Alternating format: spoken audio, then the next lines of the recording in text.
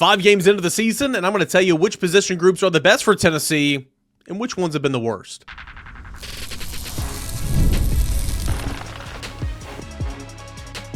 You are Locked On Vols, your daily podcast on the Tennessee Volunteers. Part of the Locked On Podcast Network, your team every day. What is up, everybody? Welcome into it, your Thursday morning Locked On Vols. The show is presented in part by our friends today over in Mazda. Like our players, Mazda sweats every single detail because when you make every move count, you're pulling off the unexpected is only the beginning. You can stay tuned later for highlights in this week's Moving the Game Forward, Mazda Move and Be Moved. All right, got a full show coming up here today. Looking forward to it. Some bye-week content, positional power rankings. Which position groups have been the best? Which position groups have been the worst for Tennessee football? We'll work in reverse order starting here in segment 1.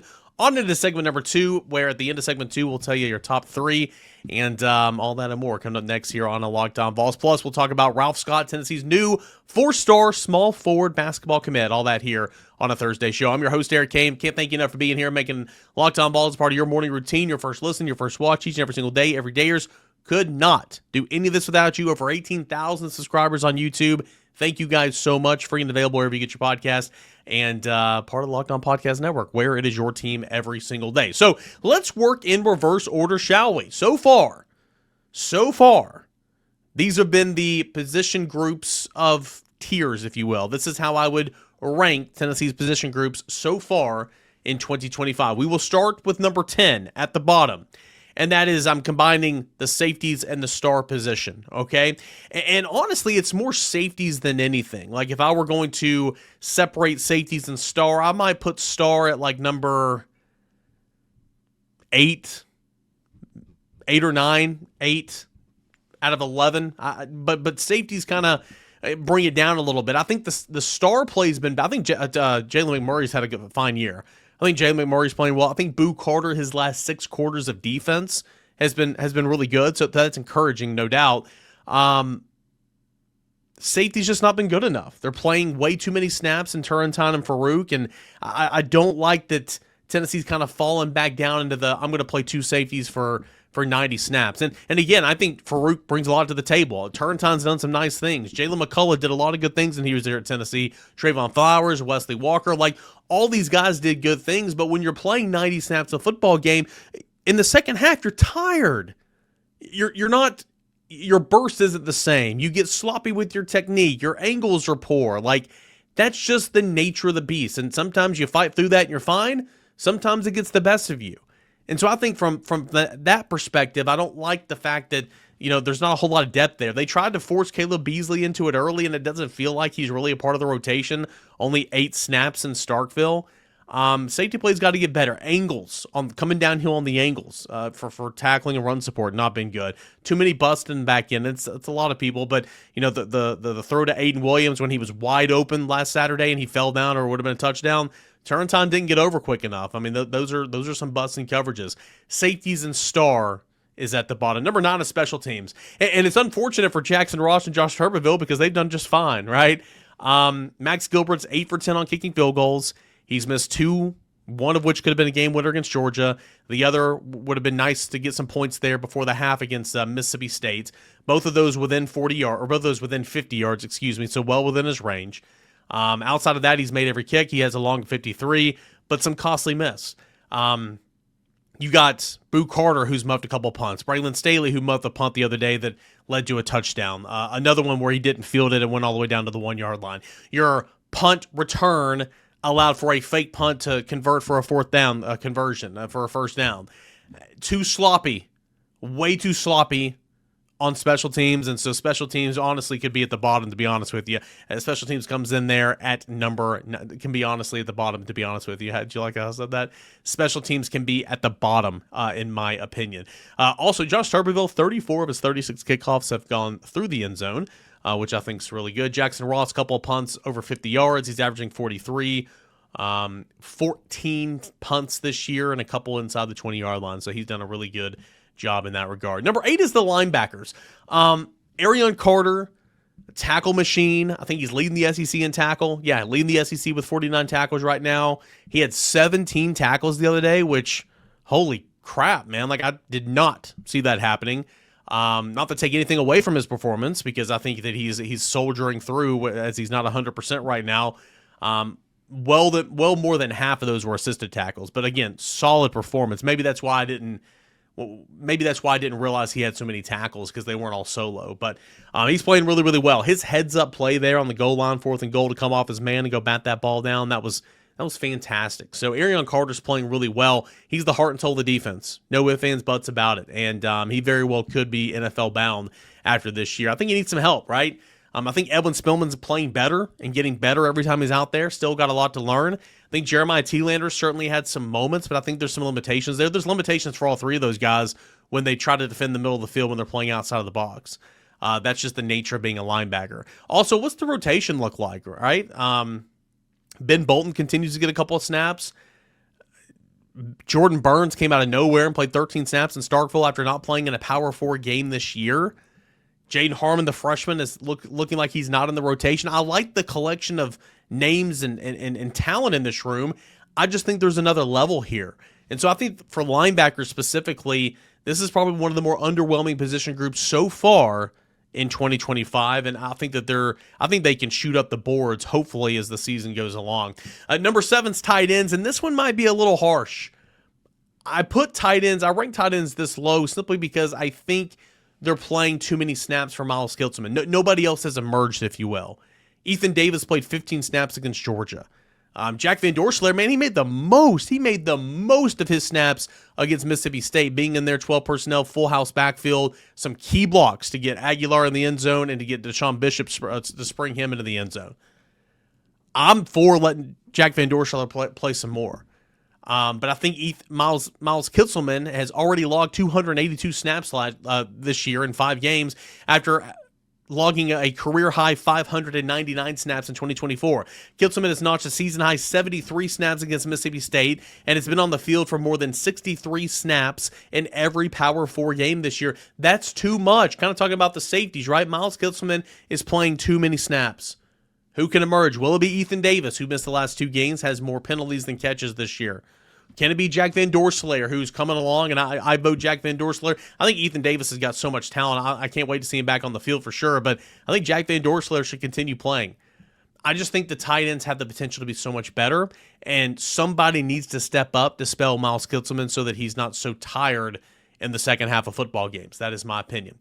We'll end on this one here in segment number 1 before we get into the top 5 in segment number 2, and this is why I wanted to separate the secondary, because I think the corners are playing much better than that of the safeties and the star. And isn't it crazy? Jermon McCoy, probably a first-rounder, All-American, hadn't played this year. Ricky Gibson played like a quarter and a half maybe, or maybe a half a quarter, and he was a starter that started all 13 games for you a season ago. You are playing with a guy that got here in May, and by the way, he's getting some first-round buzz. I don't know if he'll be a first-rounder, but Colton Hood's probably NFL bound after this year. He's been phenomenal. How big was that, right? I mean, how big was that addition in May? Huge, or April. Huge. And you're playing a true freshman in Ty Redmond. And so for the most part, these guys have held their own. I mean, Hood's done more than hold his own. Hood he's allowed 7 receptions on 19 targets for 56 yards and 1 touchdown in 5 games. He's been phenomenal. He's scored 2 touchdowns. He's already got a career high in snaps. He's playing a ton of snaps. Redmond, all things considered, he's being targeted every game. He's given up 19 receptions, 33 targets, 266 yards, and 2 scores. All things considered, I think he's doing fine.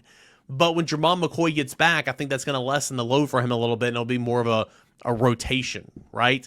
I don't think Jermon McCoy's coming back and playing 90 snaps a football game. I just don't. So the cornerbacks, I think, man, they've truly held their own at points in times. Colton Hood's made a ton of plays. Redmond's made some plays.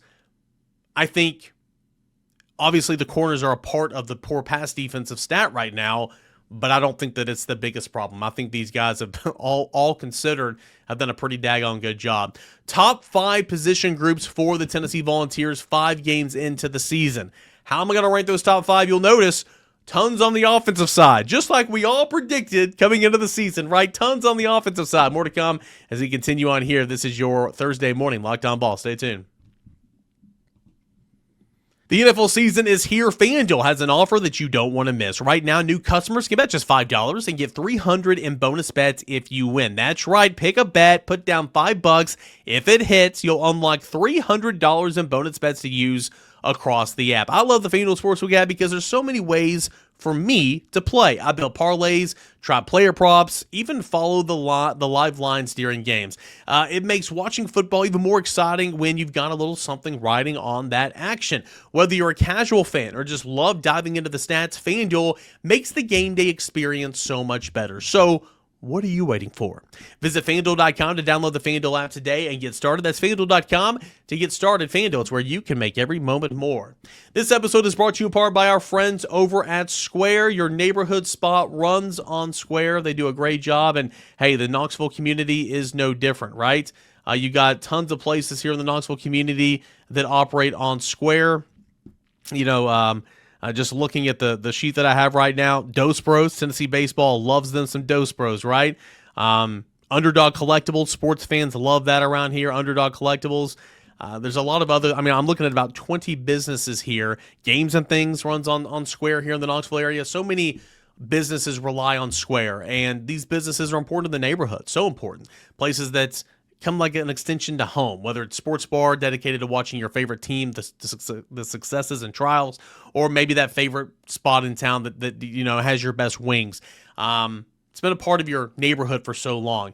And when you look at Square, it's a proud partner of more than 4 million neighborhoods, businesses around the world. 4 million businesses in the neighborhood around the world. That's impressive. Go to square.com/go/lockedoncollege to learn more. But before you do, go support your favorite neighborhood spot like the ones I mentioned here in the Knoxville community that rely on Square. You'll be happy you did. Square, where they're going to see you in the neighborhood.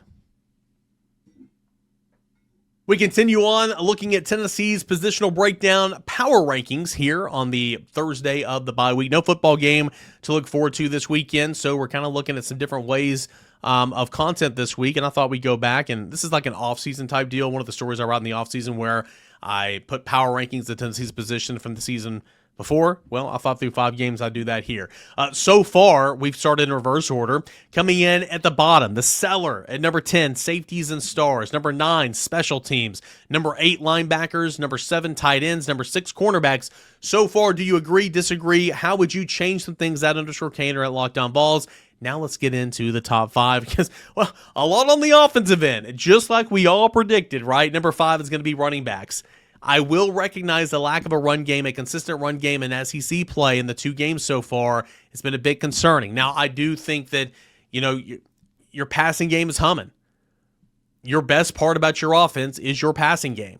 So I think that you're getting a few, not a ton, but a few less carries than the norm. Because your pass game's going. Last year, Dylan Sampson carried it 27, 28 times himself because Tennessee did not have a consistent passing game. So I think that's a little bit different, right? If you break it down and the attempts from the Mississippi State game last year to this year or the Georgia game this year to last year, the attempts in the State game is very different because in the second half, Tennessee had Gasson Moore in and just ran the football like almost every play. So that's completely different. That's an anomaly. But the differences aren't that much, especially the yard per gain.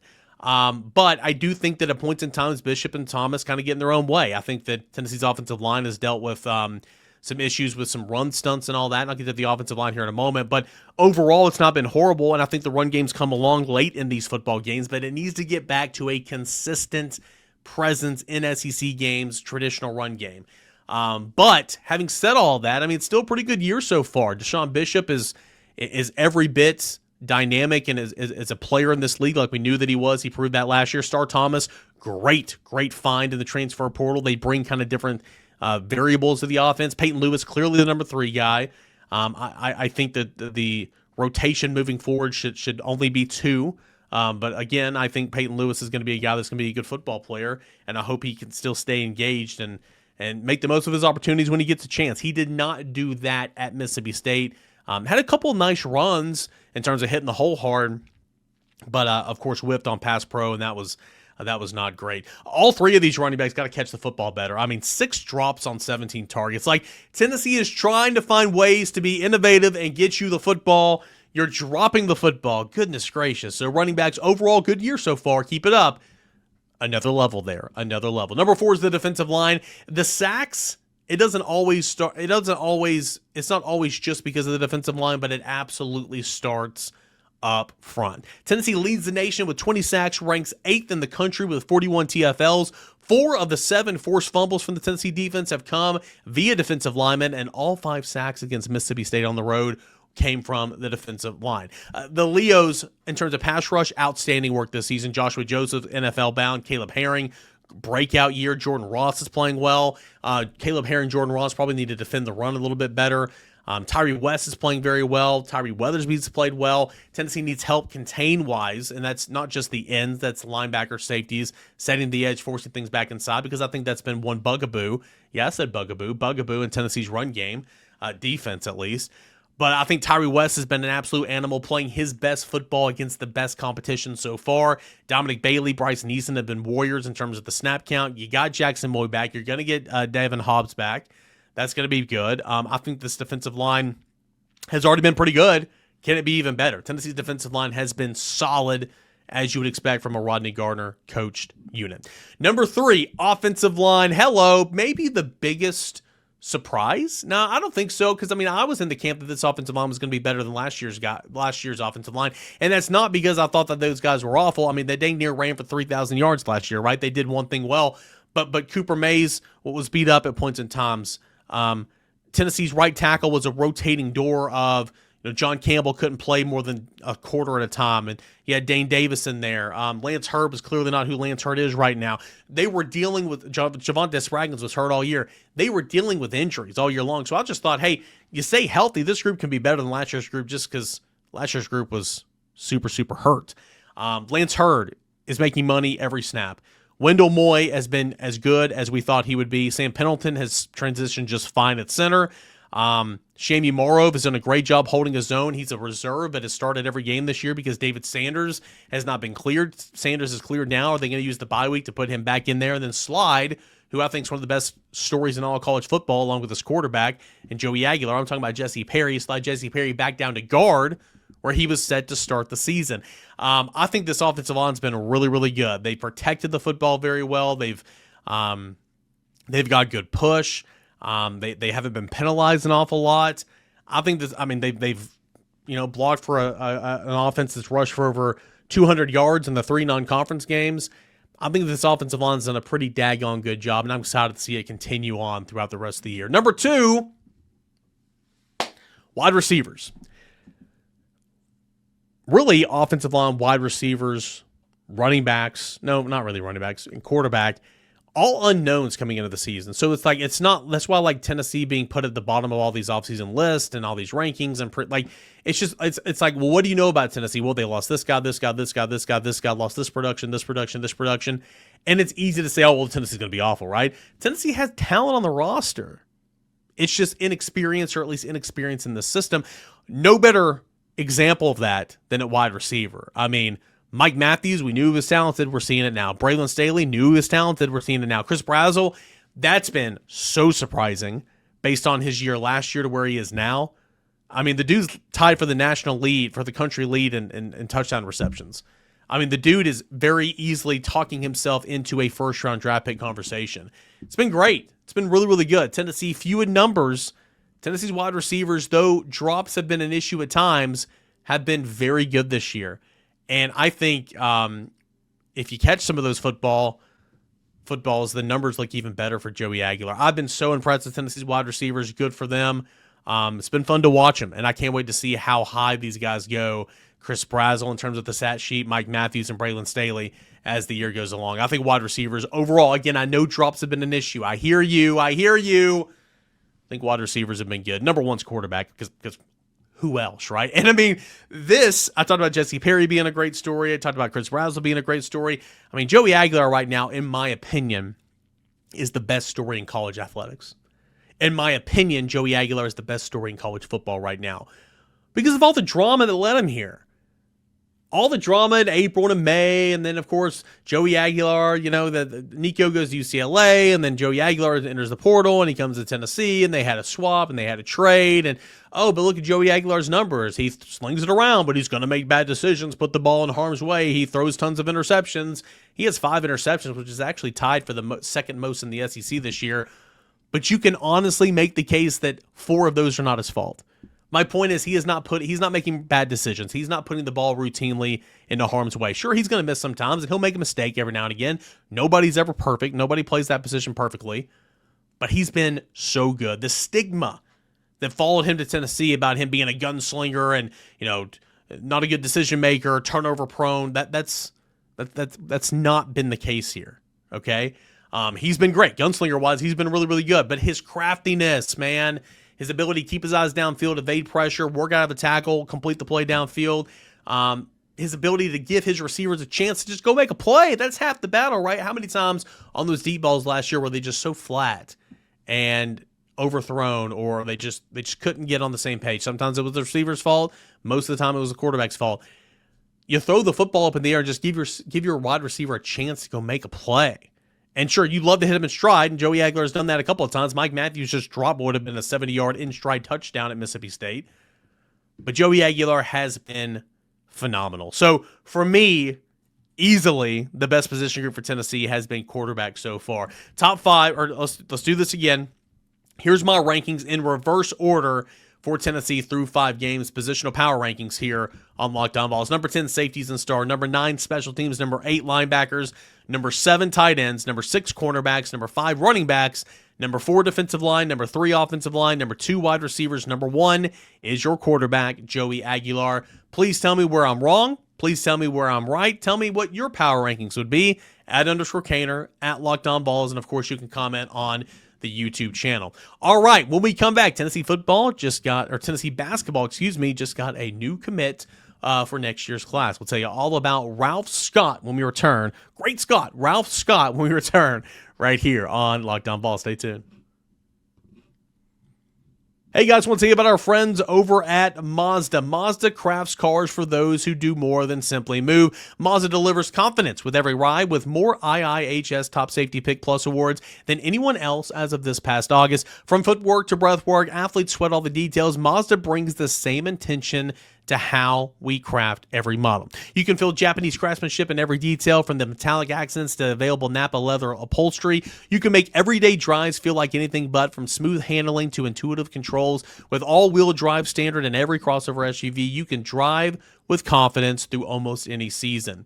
Like our players, we sweat every single detail, because when you make every move count, impossible becomes irrelevant. Mazda, where you can move and you can be moved. Give a shout out to Game Day. College football season is back, and couldn't be more excited for this weekend off week. Watch football all day long. The tailgates, the rivalries, the energy in the stands, there's just nothing like it. But let's be real. Okay, let's be real. Getting those tickets can often feel like more of a battle than the game itself. Endless queues, hidden fees, prices jumping at checkout. That's not fair. That's not how, as Michael Scott would say, some people still know what good business is. Gametime is some of those people, right? I use Gametime app because the app gives the advantage back to the fans.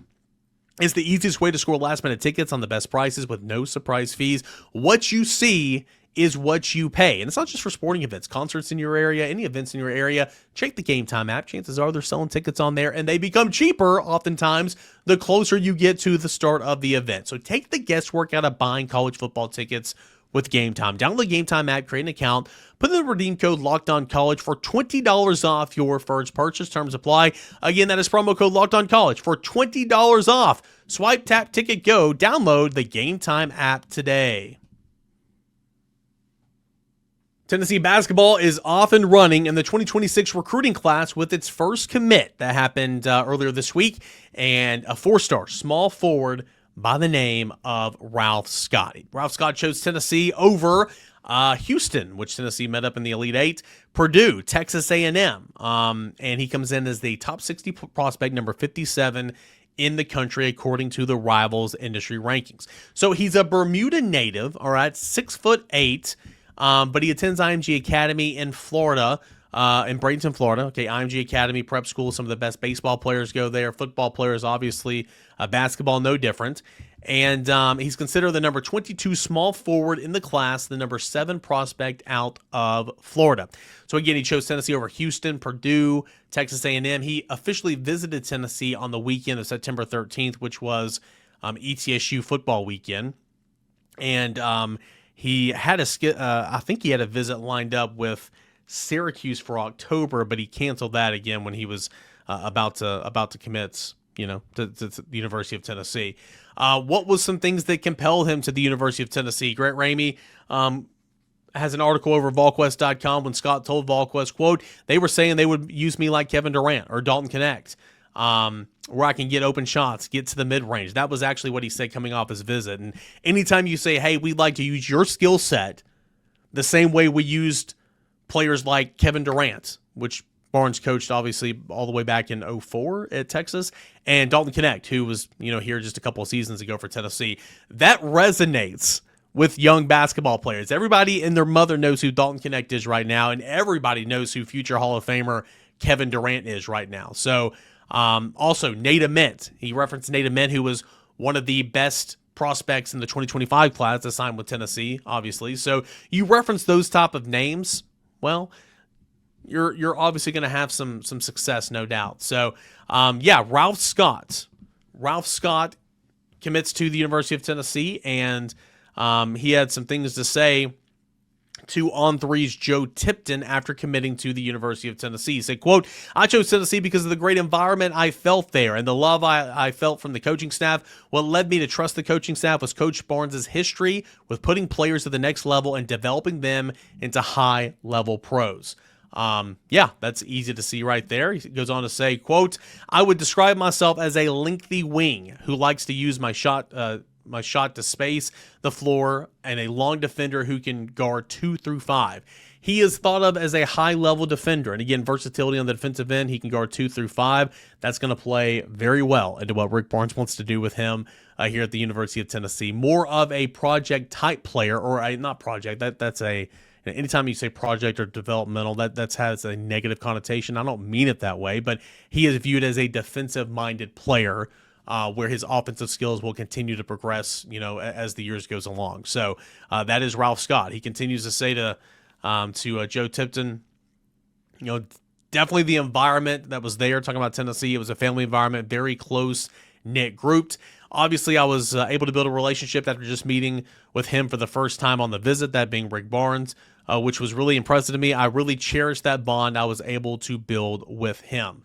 Again, that is Ralph Scott to On3's Joe Tipton after committing to the University of Tennessee. One other thing here, this is from Jamie Shaw, rival senior national recruiting analyst Jamie Shaw on Tennessee and what they're getting in the new commit in Ralph Scott. This is from Rob Lewis's impact analysis over at VolQuest.com. Quote, with Ralph Scott, you quickly see the upside, the attractive long-term potential that checks a lot of different boxes, coveted at the highest levels of the game. He has positional size with great length and projectability. He is a fluid mover, able to change direction at pace and not lose tempo. Scott has flashes of handle, pushing the break and getting his team into advantageous spots on the open floor. He also has a touch that extends beyond the arc. Next step for him is developing counters with his self-creation in tight spaces, as well as play from a better point of leverage.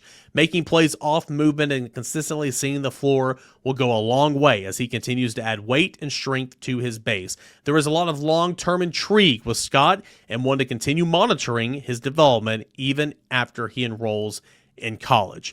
That is Rivals senior national recruiting analyst Jamie Shaw on Ralph Scott, who just committed to the University of Tennessee this week. So, Tennessee's off and running for the class of 2026. You remember that class of 2025 turned out to be a pretty good one for Tennessee, highlighted by the number 2 overall player in the class, 5-star small forward Nate Ament, 4-star guard Amari Evans, who was number 68 in the country, 4-star center Dwayne Brown, who was number 96, 3-star point guard Troy Henderson, 3-star guard Clarence Masamba as well. So that 2025 class, I think it's going to be pretty good. And Tennessee, again, off and running with Ralph Scott's commitments in the class of 2026. All right, that's all the time we have here for this edition of Locked On Vols. Thank you so much for being here, making Locked On Vols part of your morning routine, your first watch, your first listen each and every single day. We are a part of the Locked On Podcast Network, where it is your team every single day. I'm your host, Eric Cain. Please subscribe if you haven't already to the YouTube channel. Subscribe to this show. If you're listening, download the shows and just spread the word, right? This helps, and doing that really helps get this show in front of more and more Tennessee fans. Please rate. Throw some 5 stars if you're a fan of the show. Even if you're not a fan of the show, comment on there. Tell me why you're not a fan. That's fine. It's there for a reason, right? But we want to get this show in front of more and more Tennessee fans this football season. So if you do that stuff, you're doing your part to help me get this show to be even bigger. So I can't thank you enough for that. Appreciate you guys as always. We'll come back on a Friday morning. We'll have Boogie Bentley, and we'll get you set for a weekend of stress-free football. How about it? This is Locked On Vols.